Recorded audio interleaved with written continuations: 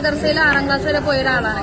പക്ഷെ മദർസയിൽ എന്നെ പഠിപ്പിച്ച കുറെ കാര്യങ്ങളുണ്ട്. അതൊക്കെ ഇപ്പൊ എനിക്ക് ആലോചിക്കുമ്പോ ദേഷ്യമൊക്കെ വരും. അപ്പോ അത് തിരിച്ചറിവുകളാണ്. ഓരോ സിറ്റുവേഷനും ഓരോ സ്റ്റേജിൽ നമ്മള് ലോകം കാണുക എന്ന് പറയില്ല, നമ്മളിങ്ങനെ ഓരോന്ന് കാണുക അറിയുക, ഓരോ ആൾക്കാരോട് സംസാരിക്കുമ്പോഴാണ് നമുക്ക് കൂടുതൽ കാര്യങ്ങൾ മനസ്സിലാവുന്നത്. അതായത്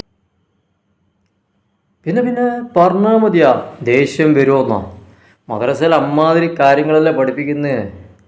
ദേഷ്യം വന്നിട്ടെങ്കിലും അത്ഭുതമുള്ളൂ. ഇവള് ഈ ബിഗ് ബോസിലുണ്ടായ സാധനം, ഒരു കണ്ടസ്റ്റൻ്റാണ്, ഒരു ബിഗ് ബോസ് 5ഓ 6ഓ എന്തോ രശ്മിയോ എന്തോന്ന് പേര്, ഒരാണും പെണ്ണും കെട്ട സാധനം.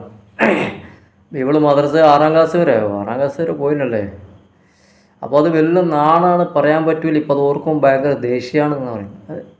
ശരിയാണ്, ഭയങ്കര ദേഷ്യമാണ്. ഓർക്കുമ്പോൾ ഇങ്ങനെ പറഞ്ഞാൽ മതിയോ, ഭയങ്കര ദേഷ്യമാണ്.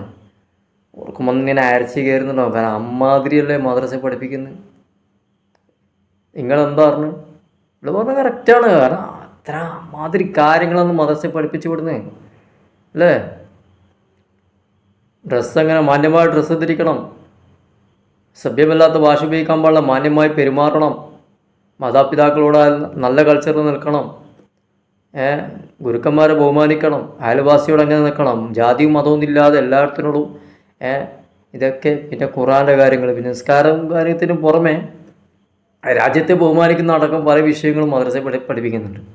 സ്വന്തം രാജ്യത്തോടുള്ള സ്നേഹം വരെ, ഹുബ്ബുൽ വത്തനി മിനൽ ഈമാൻ, നിൻ്റെ രാജ്യത്തിനെ സ്നേഹിക്കണം, സേവിക്കണം, അതും ഈമാൻ്റെ ഭാഗമാണ് എന്ന് മദ്രസയിൽ പഠിപ്പിക്കുന്നുണ്ട്. അപ്പോൾ ഇങ്ങനെ പറഞ്ഞാൽ ശരിയാണ്. സഹിക്കാൻ പറ്റാത്തതാണ് മാന്യമായ ഡ്രസ്സ് ധരിക്കണം, സഹിക്കാൻ പറ്റാത്തതാണ് അല്ലേ.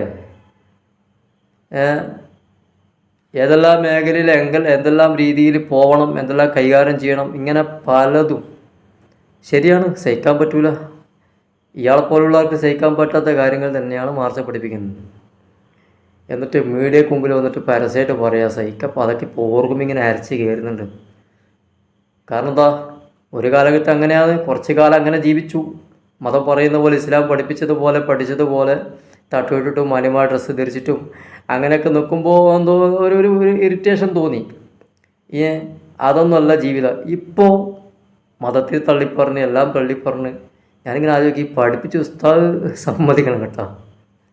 ഇത് കാണുന്നുണ്ടെങ്കിൽ ഈ സാധനത്തിന് പഠിപ്പിച്ച ഒരു ഉസ്താദ് ഉണ്ടാവില്ല പാവം, മൂപ്പര് സമ്മതിക്കണം. ആ മദ്രസയും സദറിനെയും ഒക്കെ സമ്മതിക്കണം. അതിൻ്റെ സാധനമല്ലേ.